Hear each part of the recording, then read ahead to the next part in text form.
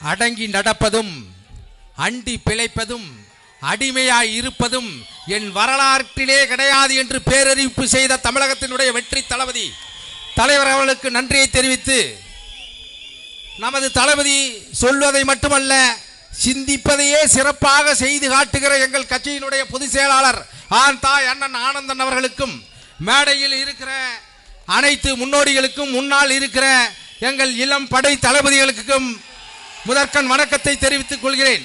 இன்று கடலூரிலே பிறந்து காந்தியடிகளினுடைய வாயால் தென்னகத்தின் ஜான்சி ராணி என்று போட்டப்பட்ட அஞ்சலை அம்மாளியுடைய நினைவு நாள் 1857 நடைபெற்ற சிப்பாய் புரட்சியில் சுட்டு கொன்ற அந்த ஜார்ஜ் நீல்ஸினுடைய சிலையை சென்னையில் அகற்றிய பெரும் வீராங்கனையை கொள்கை தலைவராக வைத்திருக்கிற ஒரு கட்சி தமிழ்நாட்டிலே தமிழக வெற்றி கழகம் தான். உங்கள் மீது இருக்கிற சூத்திர பட்டத்தை நீக்க மூத்திர சட்டியை தூக்கி கொண்டு தொண்டு செய்த படுத்த பலம் தூய தாடி மார்பில் வெல்லும் மண்டை சுரப்பை உலகி தொழும் உங்கள் பெயரை சொன்னாலே மனதில் சிறுத்தை எலியும் என்று எங்கள் பெரியாரை கொள்கை தலைவராக தூக்கி சுமக்கிற ஒரே கட்சி தமிழக வெற்றி கழகம் தான். படிக்கவில்லை என்றால் கூட தமிழ்நாட்டில் இருக்கிற அத்தனை பிள்ளைகளும் படிக்க வேண்டும் என்பதற்காக ராஜாஜி மூடிய 6000 பள்ளிக்கூடங்களையும் சேர்த்து 15000 பள்ளிக்கூடங்களை திறந்து படிக்க வைத்த கர்ம வீரர் காமராஜரை தூக்கி சுமக்கிற ஒரே கட்சி தமிழக வெற்றி கழகம். அரசியல் நிர்ணய சபையால் பிராட்மேன் கமிட்டியுடைய சேர்மனாக நியமிக்கப்பட்ட டாக்டர் அம்பேத்கர் அரசியல் ஆசானை தூக்கி சுமக்கிற ஒரே கட்சி இன்றைக்கு தமிழகத்தில் தமிழக வெற்றி கழகம் மட்டும்தான். நீங்கள் சிந்தித்து பாருங்கள் உறவுகளே, திராவிட முன்னேற்ற கழகம் ஆட்சியில் இருந்தால் கூட அண்ணா அறிவாலயத்தில் கூட்டணியில் எத்தனை ஆதி தமிழர் கட்சிகள் கூட்டணியில் இருந்தாலும் அம்பேத்கருடைய சிலையை பனையூரிலே வைத்திருக்கிற ஒரே கட்சி தமிழக வெற்றி கழகம் நமது தலைவர் வெற்றி தலைவர் அவர்கள் மட்டும்தான். தமிழனுடைய மானம் போகக்கூடாது என்பதற்காக 1730 பிறந்து ஹைதரலியுடன் திப்பு சுல்தானுடன் சேர்ந்து வெள்ளையனை விரட்டிய பெருமா பாட்டி எங்கள் பாட்டி வீராங்கனை வேலுநாச்சியாரை வைத்திருக்கிற ஒரே கட்சி தமிழக வெற்றி கழகம் தான். நம்மளை பார்த்து கொள்கை இல்லை, அரசியல் இல்லை என்று சொல்கிறார்கள். ஆமாம், எங்களுக்கு கொள்கை இல்லை. உங்களை போல கொள்ளையடிக்கிற கொள்கை எங்களுக்கு இல்லை. உங்களை போல கொலை செய்கிற கொள்கை எங்களுக்கு இல்லை. உங்களை போல ஊழல் செய்கிற கொள்கை எங்களது இல்லை. உங்களை போல வாரிசு அரசியல் செய்கிற கொள்கை எங்களது கிடையாது. அப்ப என்ன உங்களது?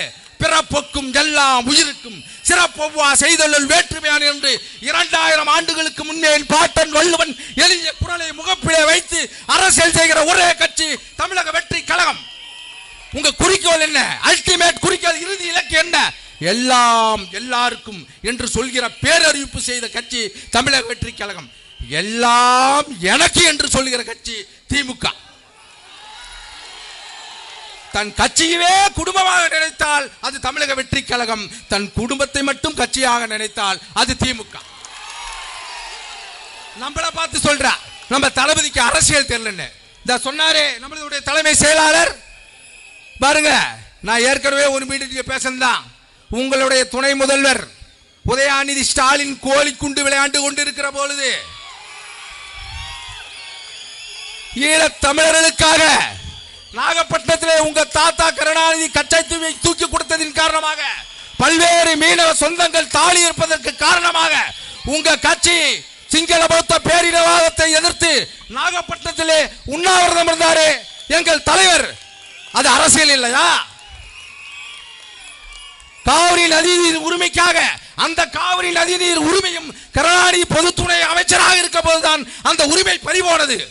தான் நடிக்கிற படம் பெங்களூரிலே ஓடவில்லை என்றாலும் பரவாயில்லை, தமிழருடைய மானம் காக்கப்பட வேண்டுவதற்காக காவிரி நதியின் உரிமைக்காக உண்ணாவிரதம் இருந்தாரே தளபதி. அது அரசியல் இல்லையா? என் தங்கை அனிதா நீட்டிற்காக இருந்த போது அவர் வீட்டிற்கு சென்று உறுதுணையாக இருந்தாரே எங்கள் தலைவர். அது அரசியல் இல்லையா?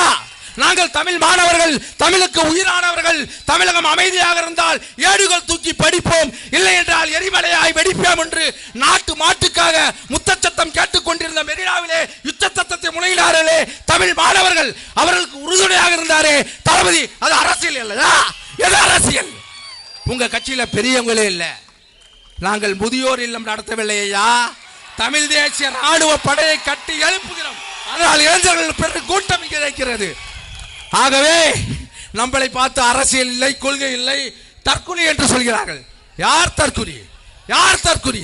தற்குறி என்றால் என்ன என்று முதலில் புரிந்து கொள்ளுங்கள். தற்குறி என்றால் தன்னை பற்றின அடையாளத்தை பதிவு செய்வதுதான் தற்குறி. அந்த காலத்தில் செப்பேடுகளில் பேரை பதிவு செய்ய முடியாது, கையெழுத்து போட முடியாது. அதனால் ஒரு குடும்பத்திற்கும் தனி மனிதனுக்குமான குறியீடு இருக்கும். அதனால் அந்த செப்பேடுகளில் தன்னுடைய குறிப்பேடுகளை குறியை பதிவு செய்வார்கள். அதற்கு பிறகு உங்களுடைய பெற்றோருடைய நீங்கள் பத்திரத்தில் பார்த்தால் கீரல் என்று இருக்கும். கையொப்பம் வாங்குவதற்கு பதிலாக கீரல் என்று இருக்கும். அப்படி அதற்கு பிறகுதான் கையெழுத்து வந்தது.